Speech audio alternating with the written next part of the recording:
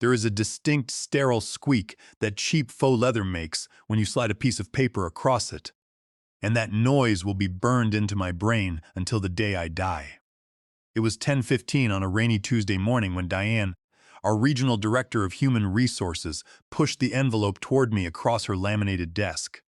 Inside was a single sheet of paper that slashed my annual salary from $130,000 to $52,000. A 60% reduction effective the following Monday. I did not blink, I did not curse, and I did not let them see the cold panic that instantly seized my chest.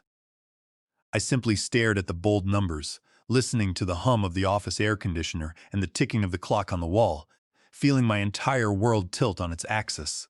My name is George Vance. I am 58 years old, a single father, and until that moment, I was the director of client operations at Apex Solutions.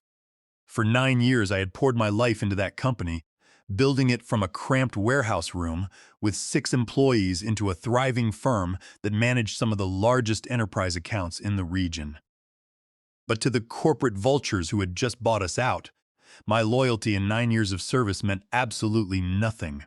To understand why this cut was a death sentence, you have to know about my son, Toby. Toby is 10 years old, a bright, resilient boy who also happens to suffer from severe chronic asthma. His specialty inhalers and daily maintenance medications cost over $2,200 a month out of pocket, and the comprehensive health insurance plan I had negotiated with Apex Solutions was the only thing keeping us afloat. Without it, I would have to choose between paying our mortgage and keeping my son breathing. The corporate handlers from Vanguard Enterprises, the massive conglomerate that acquired Apex Solutions 1 year ago, knew this. They had audited our personnel records, our health insurance usage, and our personal files. They knew I was a single father with no safety net. They knew I could not afford to simply walk away, and that was exactly why they targeted me. I remember when Apex Solutions was a place of pride. I started there when we had nothing but a few folding tables and a shared vision. Our founder, Howard Jenkins, was a brilliant programmer, but a terrible businessman. I was the one who built the client operations department from scratch. I was the one who stayed at the office until 2 a.m., writing proposals, missing school plays and weekend outings, working myself to the bone because I believed we were building something special. I managed our top 10 clients personally. These accounts generated over 70% of Apex's annual revenue. I knew their IT infrastructure, their business cycles, their managers' names, and even their favorite golf courses. They stayed with Apex because they trusted me. But business is business, as the suit across from me liked to say. 1 year ago, Howard Jenkins sold Apex Solutions to Vanguard Enterprises for $3,000. Howard took his money, bought a mansion in a Florida golf community, and retired, leaving the rest of us to deal with the integration. That was when Richard Miller arrived. Richard was Vanguard's chief optimization officer, a man who wore a $15,000 Rolex, had impossibly white veneers, and spoke exclusively in corporate jargon. Richard saw employees not as people, but as expensive line items on a spreadsheet that needed to be optimized. In that meeting, Richard sat next to Diane, flashing a hollow, predatory smile. He told me that corporate was centralizing client management functions at their headquarters in Chicago. My role was being restructured into a regional support position. "This reflects the new scope of your responsibilities, George," Richard said, his voice dripping with false empathy. "We need to bring your compensation in line with standard market rates for support staff. Of course, we still expect you to manage the daily operations and ensure a smooth transition of your client accounts over the next few months. We need your signed agreement to these new terms by tomorrow morning. If you decline, we will accept your immediate resignation, and we will begin searching for someone who is more aligned with our new organizational structure." I looked at Diane. She had been a friend for 5 years, but now she could not even look me in the eye, pretending to study her folder. They knew exactly what they were doing. They were stripping away my title, my authority, and 60% of my salary, but they still wanted me to do the actual work of managing millions of dollars in client accounts until they could hire someone cheaper. It was an execution disguised as a corporate realignment. "I need 24 hours to review the document and consult my financial advisor," I said. keeping my voice flat and professional. Richard nodded, clearly pleased with my lack of resistance. Excellent, George. I knew we could count on your professionalism. I stood up, walked out of the office, and managed to keep my composure until I reached my car in the basement parking garage. Once the door clicked shut, the dam broke. I collapsed over the steering wheel, sobbing so hard that my windows fogged up. The sheer weight of the betrayal and the terrifying uncertainty of the future crashed down on me. How was I going to pay for Toby's medication? How was I going to keep our home? I sat there in the dark for 45 minutes, shaking, feeling utterly defeated, but as the tears dried, a cold, quiet anger began to take their place. I realized that my loyalty had been a one-way street. Vanguard Enterprises had decided to play dirty, and if they wanted a war, I was going to give them one they would never forget. I drove home in a daze, my mind spinning with desperate calculations. I spent the evening making dinner for Toby, pretending everything was fine and helping him with his science homework. Once he was safely asleep, his inhaler resting on his nightstand, I went to my study and opened my laptop. I pulled up my personal files and located my original Apex Solutions employment contract, signed 9 years ago when Howard Jenkins first hired me. I spent hours reading every single line, searching for a loophole. Vanguard had issued new, highly restrictive employment agreements to all new hires after the acquisition, but they had never gotten around to updating the contracts of the legacy executives. They had assumed we were already bound by the old terms, or perhaps they were just too lazy to check. That was their first fatal mistake. My legacy contract did not contain any non-compete clauses. Even better, it contained a specific addendum that I had insisted on adding 6 years ago when I was promoted to director. The clause stated that in the event of a unilateral reduction in base compensation exceeding 15%, the employee reserved the right to terminate the employment relationship immediately. And all standard transition obligations, notice periods, and cooperation requirements would be waived. Under the law, this unilateral 60% pay cut also constituted constructive discharge. They had breached my contract first, which legally freed me from any obligation to them. At 9:30 p.m., my phone rang. The caller ID showed Brenda Cole, my former senior account manager who had left Apex 6 months ago. I answered, trying to sound cheerful. "George, I am so glad I reached you," Brenda said, her voice urgent. "I still have friends in the office, and I heard what Richard Miller did to you today. A 60% pay cut is insulting. Listen, I am at Zenith Systems now. You know they are Vanguard's biggest competitor in the enterprise space, right? My CEO, Lawrence Pierce, has been asking about you for months. We are trying to win the regional enterprise market, and we need someone who actually knows how to manage those complex client relationships. Are you open to talking to him?" I looked out the window at the quiet street, thinking about Richard's smug grin and his Rolex. I thought about the 9 years I had sacrificed for a company that now wanted to starve me out. "Absolutely," I said. "I am free tomorrow morning." Brenda gasped in relief. "Great. I will set up a meeting with Lawrence for 7:30 a.m. at the Westside Cafe. It is quiet and away from both offices. Lawrence is eager to meet you, George." The next morning, I dressed in my sharpest charcoal suit. I dropped Toby off at school, giving him a tight hug. I promised him that we were going to be just fine, and for the first time in 24 hours, I actually believed it. The West Side Cafe was quiet and filled with the rich aroma of roasted coffee when I arrived. Lawrence Pierce was already there, sitting in a corner booth with Brenda.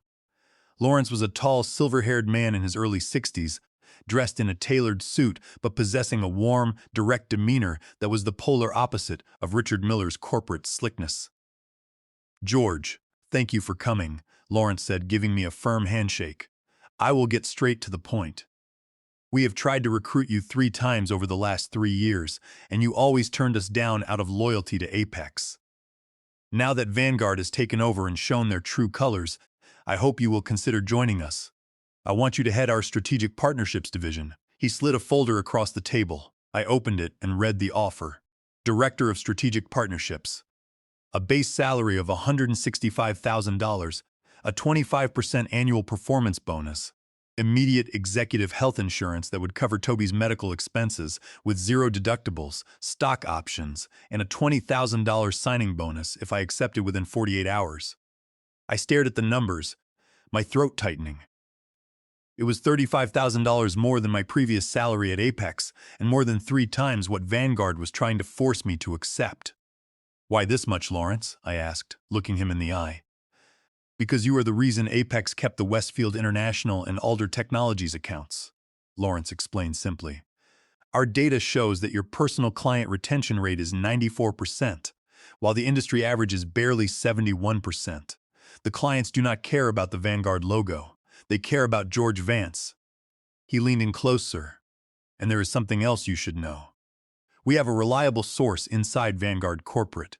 They are planning to shut down your regional office entirely in 8 months and outsource all client operations to an offshore call center. Richard Miller's optimization is just a front. They are using these salary cuts to force legacy staff to quit so they do not have to pay severance or trigger the Federal Warrant Act under 29 U.S.C. Section 2101.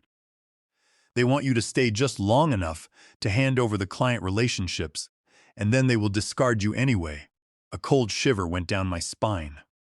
The Warrant Act required 60 days written notice for mass layoffs, and Vanguard was trying to bypass federal law by forcing us out through constructive discharge. It was a calculated, illegal strategy. I looked at Lawrence, then at Brenda, and finally down at the signed Zenith contract. I took out my pen and signed my name. "I will see you on Monday, Lawrence," I said. "But first, I have a meeting with Richard Miller at 11:30 a.m. I walked back into the Vanguard office. The atmosphere was heavy, the junior staff typing in silent panic, sensing the impending doom. I walked straight into the main conference room, where Richard Miller and Diane were waiting for me. Richard looked up from his tablet, checking his Rolex. "Ah, George, glad you could make it. Have you signed the new compensation agreement?" I sat down, placing my hands flat on the glass table. I did not bring the signed agreement. Instead, I looked Richard dead in the eye and said, "I have a few questions about the transition plan first. I manage our top 10 accounts, including Westfield International and Alder Technologies. Who will be taking over the Westfield system implementation next month? And who is handling the Alder contract renewal in June?" "Those are critical milestones," Richard laughed, a short, dismissive sound. "That is corporate business, George. We will distribute those accounts to our centralized team in Chicago. You do not need to worry about the details. Your job now is simply to compile all client profiles, transition logs, and system access keys by the end of the week." I leaned back in my chair. "And what about the outsourcing plan?" I asked quietly. "When were you planning to tell the staff that the regional office is closing in 8 months and all operations are being moved offshore?" The smug smile instantly vanished from Richard's face. Diane gasped, her eyes darting between us. Richard's jaw tightened, his veneer-white teeth clenching. "That is highly confidential corporate planning, George. Where did you get that information? If you have been accessing unauthorized files, that is a termination offense."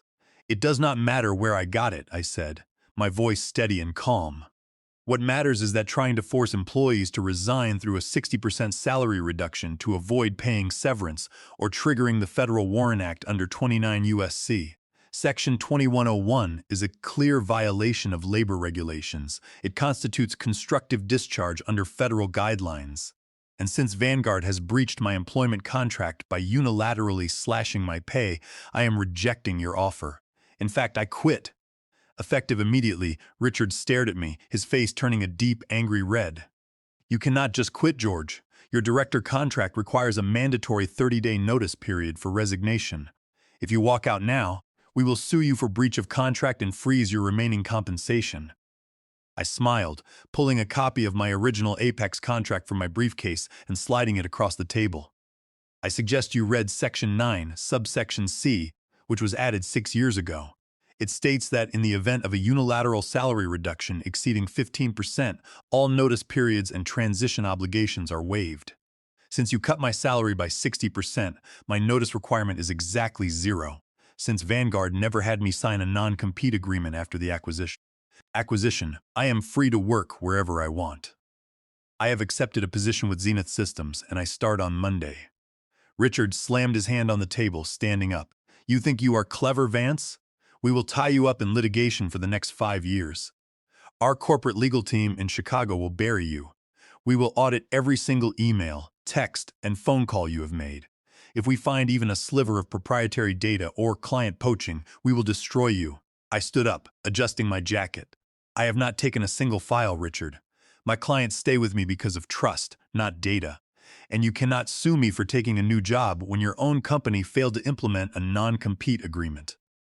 I picked up my briefcase, walked out of the room, and left him red-faced and shouting. I walked to my desk, packed my personal belongings into a single cardboard box, and was promptly escorted out of the building by security. It was standard corporate policy for departing directors, but I did not care. As I drove out of the parking garage, I pulled over and made 3 crucial phone calls. The first was to Lawrence Pierce at Zenith, letting him know the deed was done. The second was to Howard Jenkins, the founder of Apex. Howard was shocked and angry to hear how Vanguard was treating the legacy staff. He promised to call Charles Sinclair, the global CEO of Vanguard Enterprises, whom Howard knew personally from the acquisition negotiations. My third call was to Sonia West, the Chief Technology Officer of Westfield International, our largest client. Sonia, I said, I wanted to let you know that I have resigned from Apex and Vanguard, and I will be starting as Director of Strategic Partnerships at Zenith Systems on Monday. Sonia was silent for a moment. George, what is going on? We have a massive system implementation next month. Vanguard told us you were personally overseeing it. I explained that Vanguard had restructured the office, cut my salary by 60%, and planned to outsource all support offshore in 8 months. Sonia was furious. That is unacceptable, she said. We signed with Apex because of you, George. I do not trust Vanguard's centralized support. Send me your new contact information at Zenith immediately. We need to talk. That night, as I was sitting at the kitchen table having dinner with Toby, my phone rang. The screen displayed an unknown Chicago area code. I stepped into the living room and answered. George Vance speaking. George, this is Charles Sinclair, CEO of Vanguard Enterprises, a deep, commanding voice said on the other end. I had to take a moment to process who I was speaking to. The head of a multi-billion-dollar global conglomerate was calling a regional director directly on a Friday night. Mr. Sinclair, I said, keeping my voice steady. To what do I owe the honor? I have spent the last 2 hours on the phone with Howard Jenkins, Sonia West from Westfield, and Mark Davis from Alder Technologies. Sinclair said, his tone tight and controlled. Howard is threatening to go public with details of our integration process. And both Westfield and Alder have informed our legal team that they are reviewing their contracts for immediate termination due to material breach of service guarantees. Together, those accounts represent over $20,000, in annual revenue for us. Sonia specifically stated that she will not allow Vanguard to handle their implementation without you managing the account. I remained silent, letting the weight of those numbers hang in the air. He tried to play the role of the reasonable executive, arguing that Richard was under pressure to cut costs and that sometimes the methods used by consultants could be aggressive. But I did not let him off the hook. I explained that cutting a single father's salary by 60% when his child is in and out of the hospital is not aggressive consulting, it is cruelty. I told him how Dennis and Diane had explicitly referenced my personal situation, knowing that I would feel trapped. Sinclair was silent, and I could hear him taking a deep breath. I did not realize it had gone that far, George, he admitted. We wanted to streamline operations, not run a sweatshop. We want to fix this, Sinclair continued. We are prepared to match Zenith's salary offer of $165,000, keep your current title, and offer you a $30,000 retention bonus to stay and manage the Westfield implementation. I almost laughed out loud. It was classic corporate hypocrisy. They were perfectly happy to starve me out and devalue my work when they thought I had no options, but the moment their bottom line was threatened by 20,000 thousands, I was suddenly worth a premium. Thank you for the offer, Mr. Sinclair, I said calmly. But my decision is final. I have already signed my contract with Zenith Systems. This is not just about the money anymore. It is about respect. Richard Miller and Diane made it very clear that Vanguard sees its legacy employees as disposable. They tried to use my personal situation to force me into submission, and they threatened me with ruinous litigation when I refused. Sinclair was quiet for a long moment. There will be no litigation, George. You have my word on that. I will instruct our legal team to draft a formal mutual release by tomorrow morning. But I must ask, are you actively poaching our clients? No, Mr. Sinclair, I replied. I have not taken any proprietary data or client list. But my relationships belong to me. If Westfield and Alder choose to move their business to Zenith, that is their decision based on the quality of service they expect. I suggest you look closely at what Richard Miller is doing to your regional offices. If you treat your people like numbers, they will eventually find someone who treats them like human beings. Sinclair did not argue. He simply thanked me for my time and hung up. When Monday morning arrived, the contrast was night and day. Zenith Systems was located in a beautiful glass-fronted high-rise in the city center. As I stepped through the main entrance, Lawrence Pierce and Brenda Cole were there to meet me personally. The reception area was vibrant, filled with natural light, and the employees actually looked happy to be there. Lawrence walked me to my new office, a spacious corner room with a view of the skyline. You earned this, George, he said. We do not just value your accounts, we value your leadership. On Tuesday evening, I met Maria and Devin for coffee at a diner near our old office. They were exhausted and anxious. They told me that after I walked out, Richard Miller had spent hours screaming at the staff, demanding to know who had leaked the outsourcing plans. He had threatened to fire everyone on the spot if they did not cooperate. Maria was close to tears, and Devin, whose wife was due to give birth in 2 months, was terrified of losing his insurance. I looked at their tired faces and made them a promise. By Thursday afternoon, Lawrence had approved the expansion of my team. I called them with the news, and both submitted their resignations to Vanguard that very day. We were building a refuge at Zenith, a team built on mutual respect and shared success. Only Priya remained behind at Vanguard because her work visa was temporarily tied to her employment there, but I promised her that we would sponsor her transfer as soon as legally possible. The fallout at Vanguard Enterprises was swift and devastating.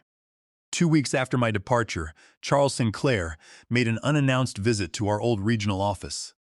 Following his investigation, Richard Miller was fired for gross mismanagement, violating federal labor guidelines and exposing the company to massive legal liabilities under the Warren Act. Diane from HR was quietly reassigned to a minor role in another state before she eventually resigned. The client migrations were the real turning point. 1 month after I started at Zenith, Sonia West officially terminated Westfield International's contract with Vanguard, citing their failure to provide the key personnel promised in their service agreement. Vanguard had tried to salvage the relationship by sending 3 different senior managers to Westfield in the span of 2 weeks, but none of them understood the legacy systems or the custom integrations we had built. Sonia refused to let them touch their servers. She transitioned the entire implementation project to Zenith Systems under my direct supervision, and my team completed it 2 weeks ahead of schedule. My team, led by Maria and Devin, worked tirelessly to make sure the transition was seamless. Maria managed the complex business workshops, aligning the client's internal departments, while Devin coordinated the technical migration of the database architecture. The Westfield executives were so impressed by our speed and professionalism that they immediately signed a 3-year extension with Zenith. 2 months later, Mark Davis followed suit, moving Alder Technologies' multi-million-dollar account to us. Mark told me that Vanguard's customer support had become a bureaucratic nightmare after they began centralizing operations. It took their centralized help desk in Chicago 3 weeks just to locate Alder's original contract, and critical support tickets were left unresolved for days. Within 6 months, 3 more major clients, Briarwood Systems, Tetra Corp, and Skyline Logistics, had moved their business to Zenith. They were tired of being treated like ticket numbers by Vanguard's corporate machine, where simple database requests required 3 levels of management approval. The transition of these accounts was smooth and fast, thanks to Brenda Cole's detailed preparation and planning. In total, Vanguard lost over $18,000 in annual contracts in our region alone, all because they tried to save $78.00 by cutting my salary. This financial hit forced their corporate board to completely scrap the outsourcing model in our sector. It has been 3 years since that rainy Tuesday morning when my career was threatened. Today, I am the Executive Vice President of Client Success at Zenith Systems. I manage a dedicated team of 22 professionals, and my annual compensation package, including performance bonuses and stock options, is more than double what I was making at the peak of my career at Apex. But the money is not the most important part of this journey. What truly matters is that I am finally the father I wanted to be. My health insurance at Zenith covers Toby's specialty asthma medications completely, and he has not had a major attack in over 2 years. I am no longer answering emails at 3:00 a.m. or having panic attacks in corporate restrooms. I make it home for dinner every single night, helping Toby with his math homework and listening to him talk about his friends. I sat in the front row at Toby's science fair last month, holding a ridiculous homemade sign, and I have not missed a single one of his soccer games. The school cafeteria was packed with parents, and when Toby won second place for his model of a sustainable wind turbine, he looked straight at me and grinned. We had spent 3 weekends in the garage building that project together, using recycled plastic and old motors, and it was a bonding experience I would have missed entirely under Vanguard's pressure. I even managed to coach his junior league soccer team on weekends, something that would have been impossible when I was drowning in 70-hour workweeks at Apex. A few weeks ago, I ran into Howard Jenkins at a business conference. He gave me a warm hug and looked at me with genuine regret. "George, I am so sorry for how things ended at Apex," he said. "I thought Vanguard would protect you guys. I was wrong." I smiled, looking at him, and felt no anger left in me. "It is just business, Howard," I said, using the very phrase the corporate suits love to throw at me. Nothing personal. But as I walked away, I knew that was a lie.